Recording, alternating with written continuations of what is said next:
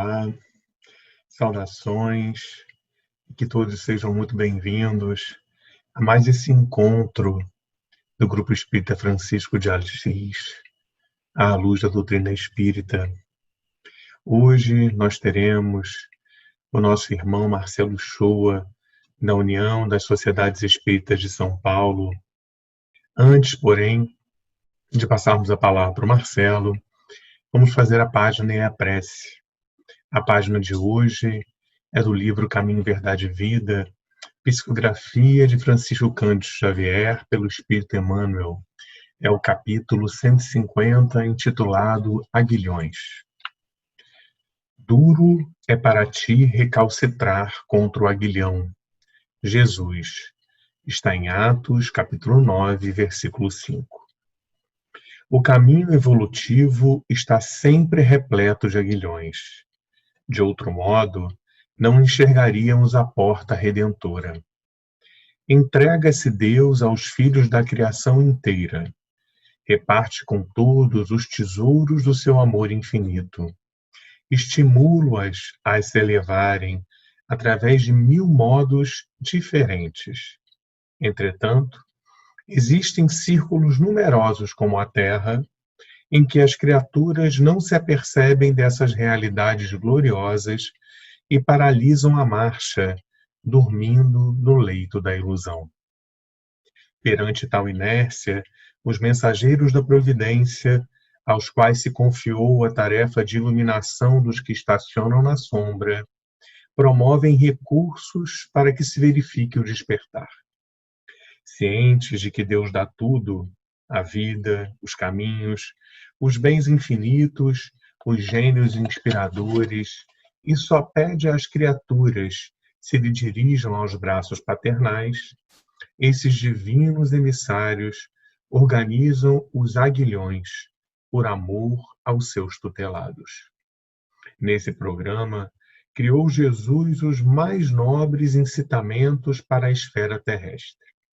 A riqueza e a pobreza, a fealdade e a formosura, o sofrimento e a luta são aguilhões ou oportunidades instituídos pelo Cristo a benefício dos homens. Cada existência e cada pessoa tem a sua dificuldade particular, simbolizando ensejo bendito.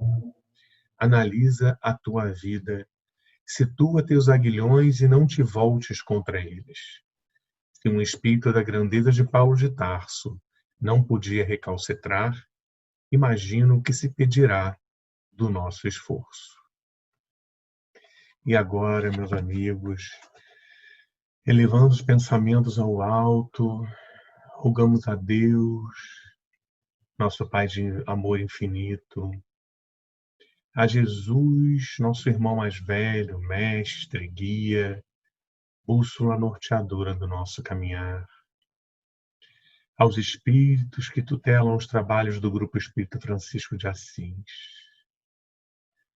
Aqui deixamos o nosso muito obrigado por mais uma vez estarmos em contato com a sua palavra, Senhor. Por mais uma vez podermos ter a chance de refletir acerca de assuntos tão importantes e que certamente podem nos auxiliar a fazer luzir a luz sobre as nossas sombras. Que a sua luz, Senhor, caia sobre cada um de nós nesse momento.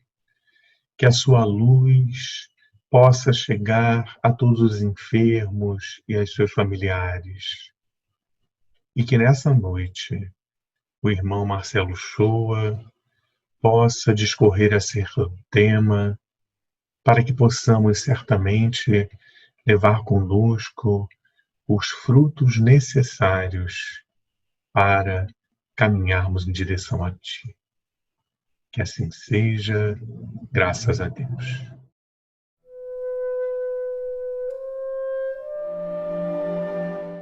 Olá, amigos do Grupo Espírita Francisco de Assis.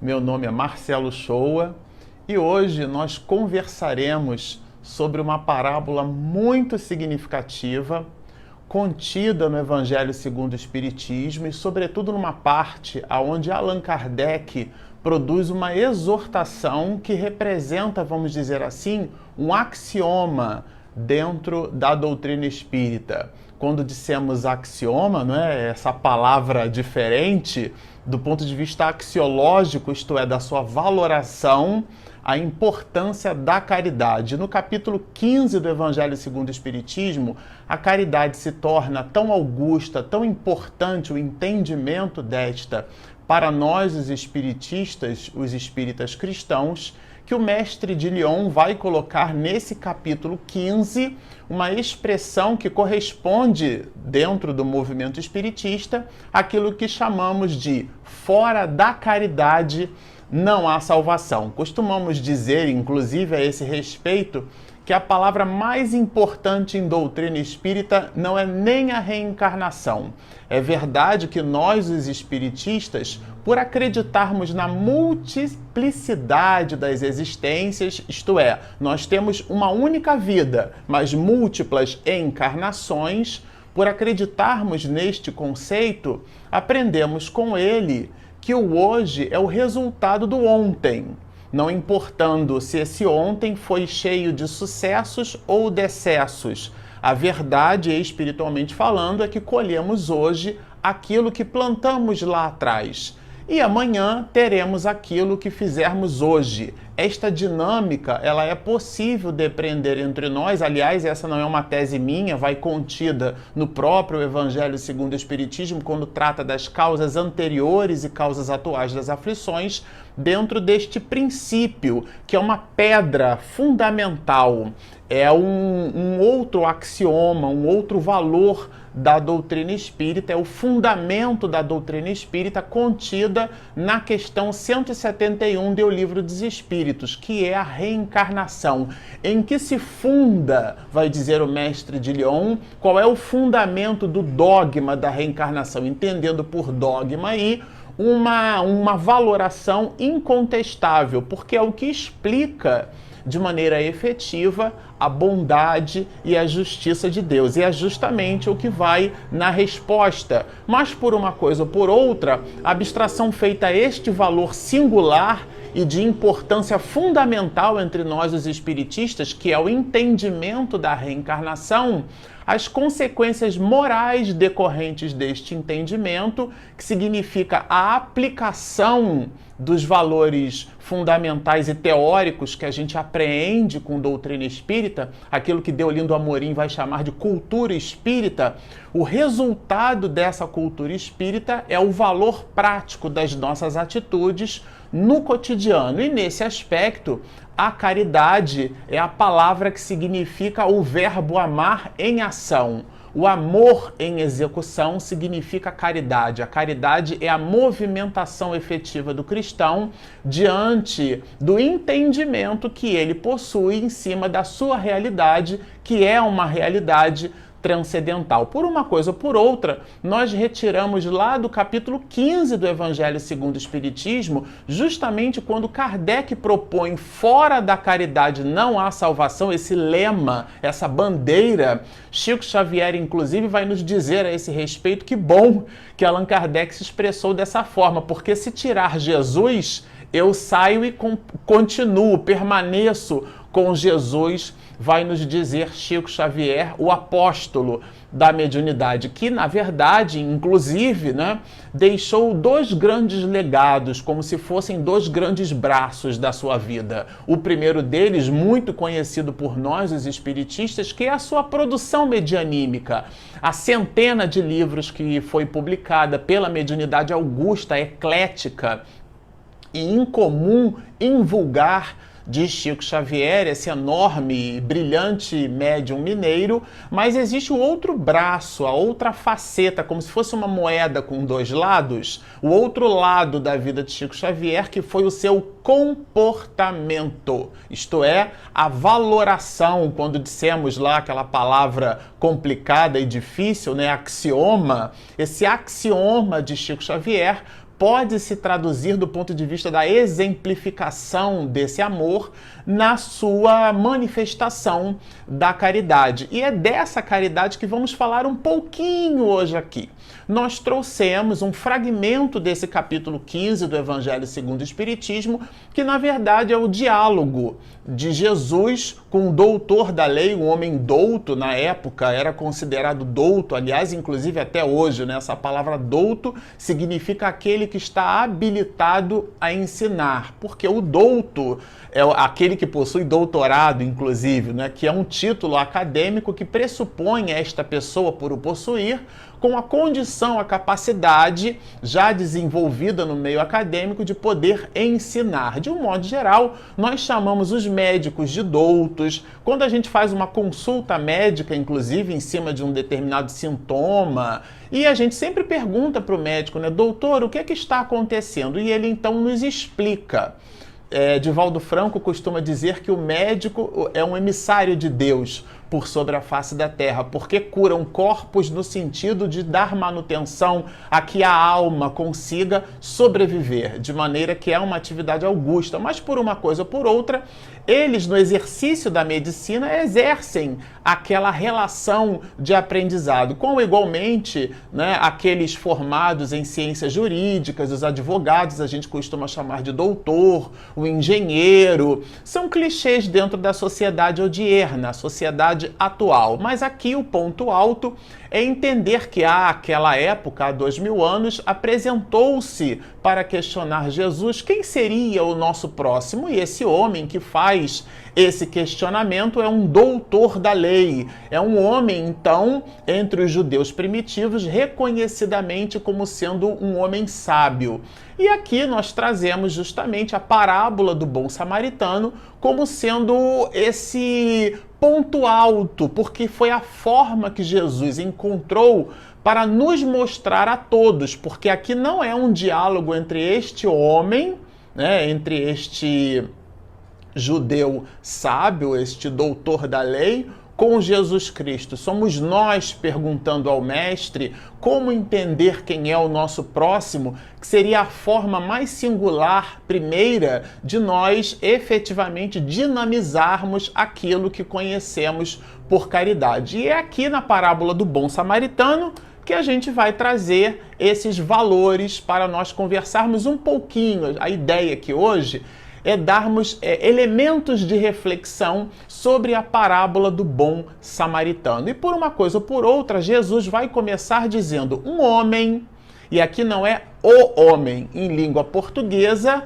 o é artigo definido, um é artigo indefinido, o que significa dizer que pode ser qualquer um. E este qualquer homem, que não era um homem qualquer, e a gente já vai entender isso aqui mais adiante na parábola, esse homem, ele descia de Jerusalém para Jericó. Aqui nós gostaríamos de destacar o verbo descer. Quem desce é quem está num plano superior e vai para um plano inferior. Ele está descendo. Quando você ascende, você eleva. Quando você descende, você então desce, você decai. Você sai de um plano superior, seja lá ele qual for, e vai para um plano inferior. E aqui a gente não está fazendo juízo de valor sobre estes planos, mas já buscando esse axioma, quando você terminar de assistir ao nosso vídeo, essa palavra axioma vai ficar bem guardada dentro de você, que significa valoração, entendimento, valor das mesmas coisas. E aqui o valor do verbo descer, ele traz um significante bem consistente quando nós examinamos que Jesus vai dizer que esse homem, quando descia, ele descia de Jerusalém para Jericó. Jerusalém pode ser interpretado dentro de uma visão metafórica como sendo o nosso lado espiritual, ou o mundo espiritual antes de reencarnarmos. Aí existem várias nuances.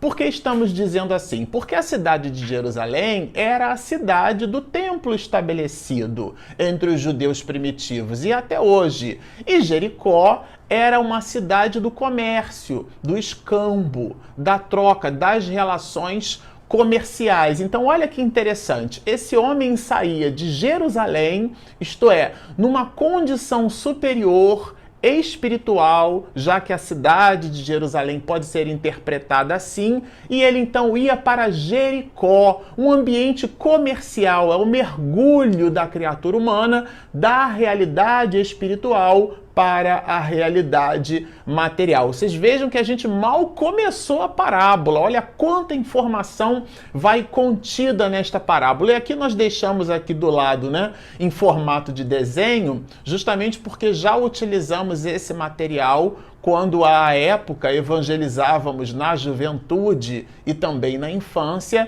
e junto com a minha esposa Regina Mercadante nós já produzimos diversas atividades nesse sentido. Vai aqui até uma dica para você que está nos assistindo: se você evangeliza na infância e na juventude, nós nos servimos destes personagens colocados por Jesus e interpretamos a cena com as pessoas, e dá um resultado maravilhoso. E depois os jovens se colocam, trazem ali os seus pontos de vista, como é que perceberam a parábola, que é a que a gente vai discorrer. E até agora Jesus apresenta esse homem descendo de Jerusalém para Jericó. Mais adiante, a gente vai encontrar que esse homem, Jesus vai dizer assim, ele caiu em poder de ladrões, que o despojaram, quer dizer, tiraram os seus pertences, cobriram de ferimentos e se foram, bateram nele, na verdade, né, deixando-o semi-morto. Então aqui dá uma ideia de que houve um embate, um combate,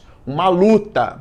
E esse homem, então, como Jesus vai dizer, aqui ele já categoriza o primeiro grupo, o primeiro personagem depois do homem, que são os ladrões. Ele poderia dizer um homem qualquer, mas ele adjetiva esse grupo de homens, chama-os de ladrões. E esses ladrões, eles lhe roubam, porque Jesus vai dizer aqui na tradução, né, que a gente tem, que eles o despojaram, isto é, tiraram os seus pertences materiais. Ninguém tira algo de alguém que não possui. Eu não consigo tirar algo de alguém que não tenha aquilo que eu digo tirar. Logo, a parábola mostra que esse homem que estava saindo de Jerusalém, portanto de uma região espiritualizada ou espiritualizante, estava fazendo essa descida para Jericó. Esse homem, nesse translado, possuía bens materiais.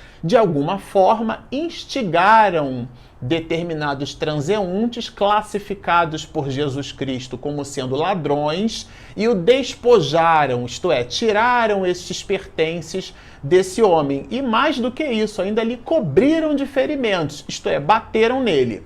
E essa luta foi tão augusta que, na verdade, esse homem, então, fica semi-morto, fica realmente numa situação muito difícil, fica ali desacordado.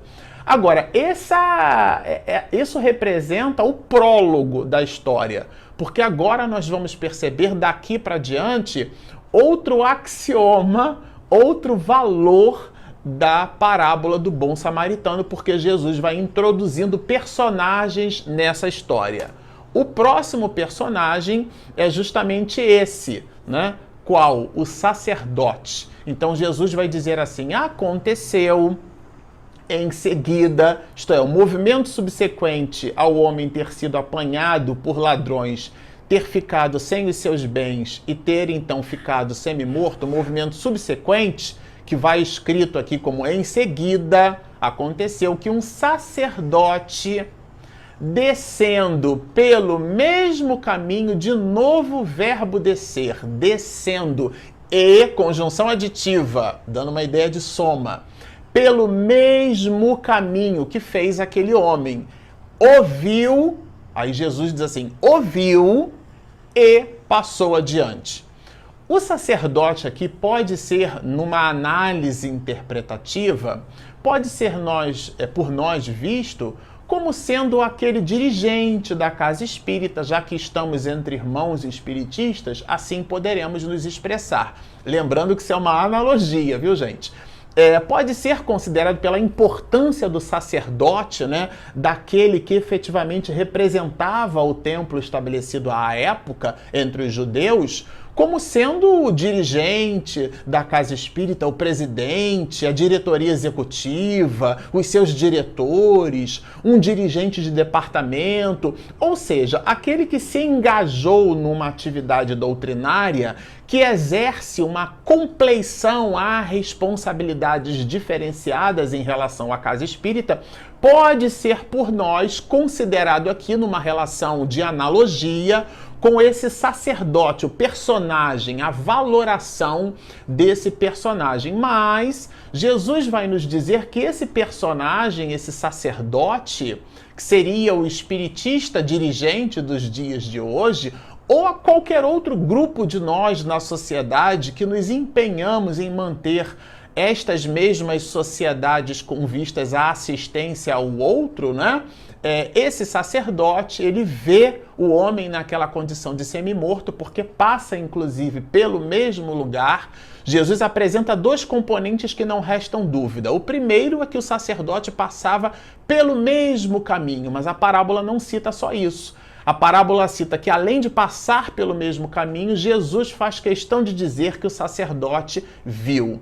E esperava-se ser um sacerdote, alguém que entre os judeus primitivos possuía o conhecimento da lei entre os judeus, que ele fizesse alguma coisa, mas não. Jesus vai dizer que este homem, este sacerdote, ele vê e ele passa adiante. Mas aqui Jesus apresenta um novo personagem. Que personagem é esse? É o levita.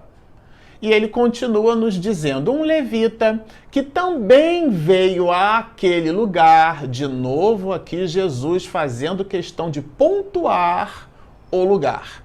E ele, então, indo àquele lugar, e aqui, olha, está entre vírgulas, porque é um aposto, e vírgula não foi feita só para respirar, tá? Aqui é para dar destaque. Então, o que é que está entre vírgulas? Tendo observado, além do sacerdote, o homem da tribo de Levi, que é o levita, é uma outra classe de judeus primitivos, Jesus faz questão de dizer que o levita, que passou pelo mesmo caminho e igualmente o observou, ele então passa da mesma forma adiante. Se nós, numa análise interpretativa, podemos contextualizar, vamos dizer assim, o sacerdote como sendo dirigente, o levita, o homem da tribo de Levi, o judeu da classe da tribo de Levi, pode ser interpretado como sendo aqueles de nós que estamos diretamente ligados a uma atividade doutrinária na casa espírita. Portanto, estabelecemos essa compleição para o trabalho e gravitamos em torno das atividades da instituição.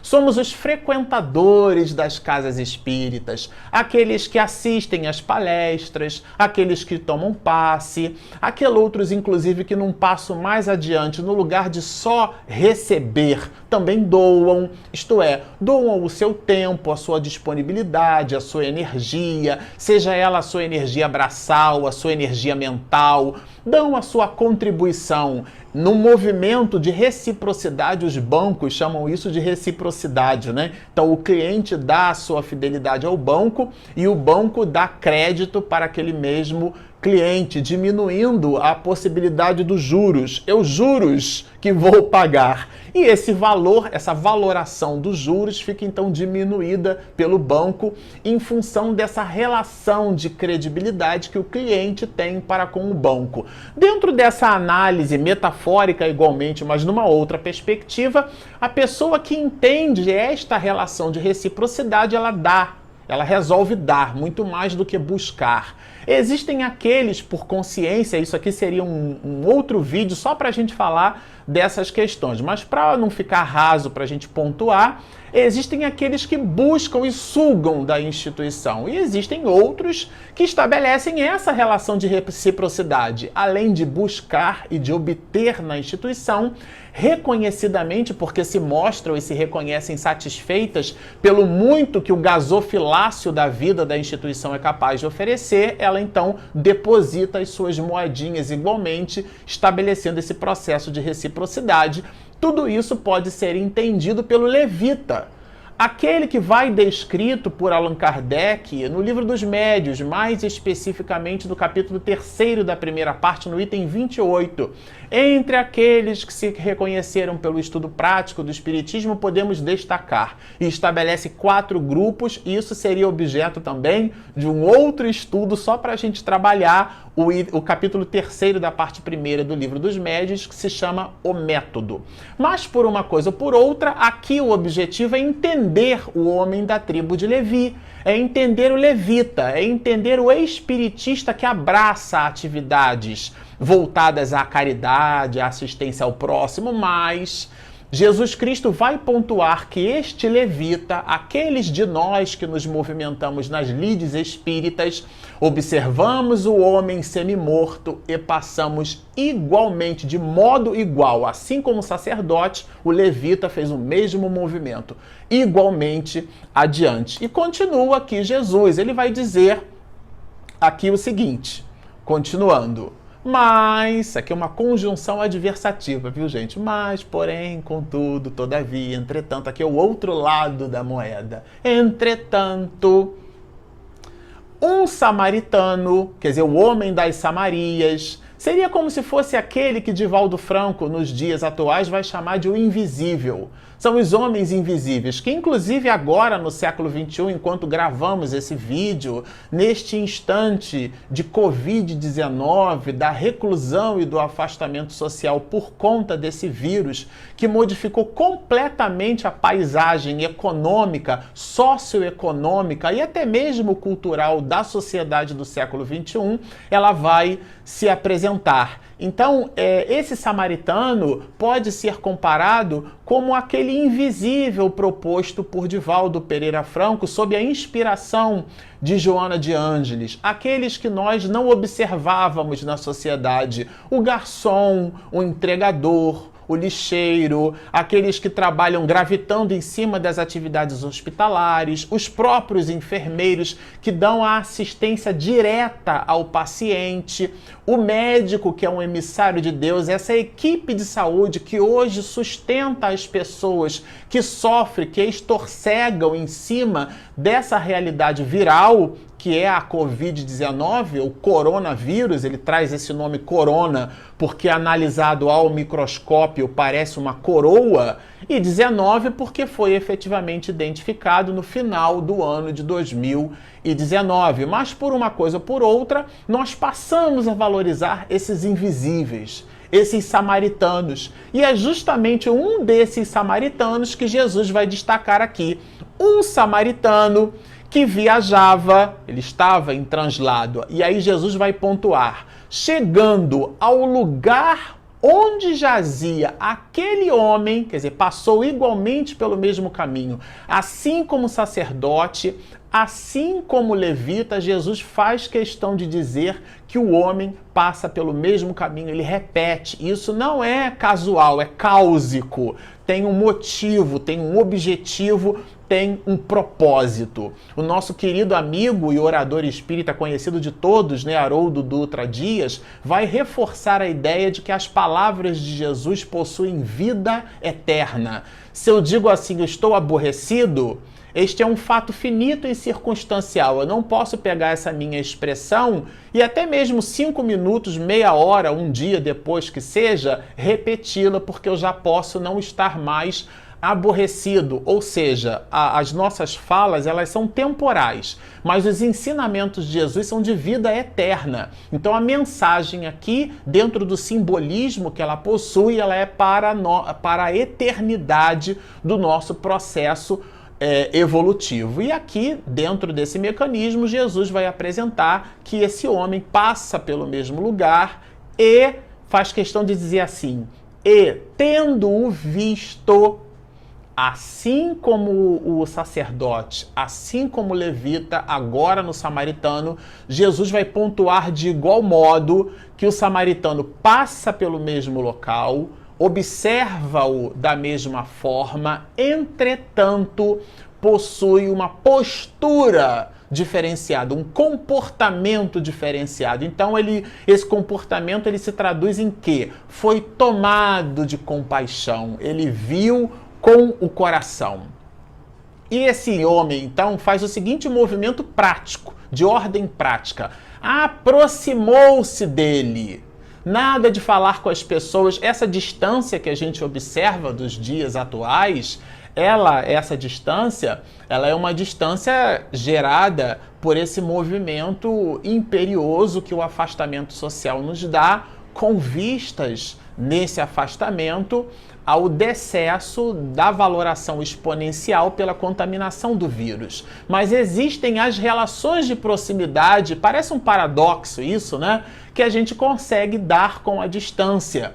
Nós estamos falando mais uns com os outros. Quem é que não pode fazer uma live e pegar o telefone celular através dos instrumentos de WhatsApp? A gente tem vídeo no WhatsApp, dá para fazer gratuitamente com até 4 pessoas simultaneamente, plataformas de vídeo, até mesmo este vídeo que nós estamos gravando, que vai aí na plataforma do grupo, do nosso querido grupo espírita na cidade de Araribóia, em Niterói, no Rio de Janeiro. Todos esses mecanismos são mecanismos de proximidade. Então é importante que nós estabeleçamos essa proximidade com o outro. E ele faz o que do ponto de vista prático? Depois que ele se aproxima, deitou-lhe óleo e vinho nas feridas e as pensou, quer dizer, cuidou desse homem, estabeleceu o primeiro socorro imediato. E Jesus vai dizer que depois, pondo no seu cavalo. Aqui é bem interessante, porque mostra que esse homem estava montado no cavalo, ele desce. Esse ato de descer, que não está escrito, mas está implícito na parábola, é um movimento que a gente precisa fazer em relação ao outro. É a grande exortação de Paulo de Tarso. Fiz-me fraco para os fracos, para vencer os fracos. Fiz-me tudo para todos, para por todos os meios chegar a salvar alguns. Ele não era, ele se fez. É esse movimento. Então, nada de conversar com o outro com empáfia, como a gente costuma dizer, de nariz em pé, com uma arrogância, com um halo de superioridade. Não! Converse com o outro do jeito que você é. O que é que significa isso? Como um espírito imortal. Porque os nossos patrimônios sociais, isto é, os bens terrenos que possuímos, não falam de nós. O que fala de nós é o que nós produzimos de valoração e de útil na sociedade em que nos movimentamos. Porque os bens são coisas. E nós não somos coisas, nós somos criaturas espirituais. Logo, os valores que possuímos, e a tese não é minha, é de Jesus, são aqueles que o ladrão não rouba, a ferrugem não consome e, portanto, o tempo não dissipa e não destrói. Jesus está falando dos nossos valores espirituais. E foi esse homem utilizou, esse samaritano, o homem das Samarias, utiliza quando ele desce do cavalo. É a efetiva aproximação, né? Ele sai, inclusive, aqui na imagem de uma posição de conforto. E ele vai, ó, como vocês observam aqui no cavalo, ele dá o cavalo, o homem fica no cavalo, ele vai a pé. E o movimento subsequente é qual? O movimento subsequente é o da hospedaria. Essa hospedaria que a gente pode observar aqui, que é o movimento do homem, que Jesus vai dizer assim, levou-o à hospedaria e cuidou dele. Essa hospedaria pode ser interpretada como sendo o primeiro movimento de assistência e promoção social da criatura humana, porque é muito difícil falar de Jesus para quem morre de fome. Então é preciso atender às necessidades básicas da criatura humana. Aliás, atender essas necessidades básicas também é falar de amor, e a tese não é minha, é de Francisco de Assis. Divulgue o evangelho a todo tempo e, se precisar, use palavras, porque as nossas atitudes falam muito mais do que as nossas palavras. Joana de Ângeles, numa certa oportunidade, vai dizer assim para Divaldo: se as suas atitudes não falam de você, não são as suas palavras que revelarão quem você é. E isso é um entendimento que representa um seminário de 1h30 só para a gente ficar falando sobre esse assunto. Mas Jesus aprofunda o tema. No dia seguinte, tirou 2 denários, 2 dinheiros, tirou o dinheiro do bolso. O espírita às vezes parece que tem escorpião no bolso. Ele vai à casa espírita, ele usa os aposentos sanitários, ele usa a infraestrutura da casa espírita, por menor que seja, ela possui. Alguém paga aquilo ali. Então, a nossa condição de levita, o homem da tribo de Levi, aquele que cuida do templo estabelecido, é importante que o estabelecimento dessas relações comerciais, inclusive. É óbvio que a gente não vai ficar passando sacolinha nem recolhendo dinheiro. A ideia não é essa, mas é a consciência individual da colaboração, do labor com que cada um de nós é capaz de proporcionar, seja esse esforço físico ou esse esforço intelectual, mas é a sua contribuição. E esse homem dá a sua contribuição quando Jesus diz que no dia seguinte tirou 2 denários e os deu ao hospedeiro, né? Dizendo: trata muito bem deste homem, e tudo que despenderes, quer dizer, gastares a mais, eu estou dando esse dinheiro aqui, mas se as necessidades dele extrapolarem aquilo que eu estou lhe fornecendo, eu te pagarei quando regressar. Olha o exemplo que Jesus dá em relação ao amor ao próximo, à caridade. E aqui ele culmina nos 3 personagens fazendo a pergunta áurea, que vai ecoando durante séculos e séculos, milênios e mais milênios, já que esteve entre nós há mais de 2000 anos. Qual desses 3 te parece ter sido próximo daquele que cair em poder de ladrões? E aí o doutor da lei vai responder, né? Olha a resposta do homem, né? Por isso que a palavra educação vai nos lembrar Pestalozzi. Educar é tirar de dentro. O homem possuía a resposta alinhada à questão 621 do Livro dos Espíritos. Onde está escrita a lei de Deus? Na consciência. E essa consciência desse douto da lei no diálogo com Jesus, acredito que algo constrangido, vai dizer assim esse doutor: aquele que usou de misericórdia para com ele. E Jesus arremata no entendimento que vai então sofisticar ainda mais essa parábola quando vai nos dizer: então vai de Jesus e faze o mesmo. Vocês vão encontrar isso nas anotações de Lucas, no capítulo 10, versículos 25 a 37. Bom, vocês observam que daria para a gente ficar conversando aqui muito tempo, porque a parábola ela é muito rica.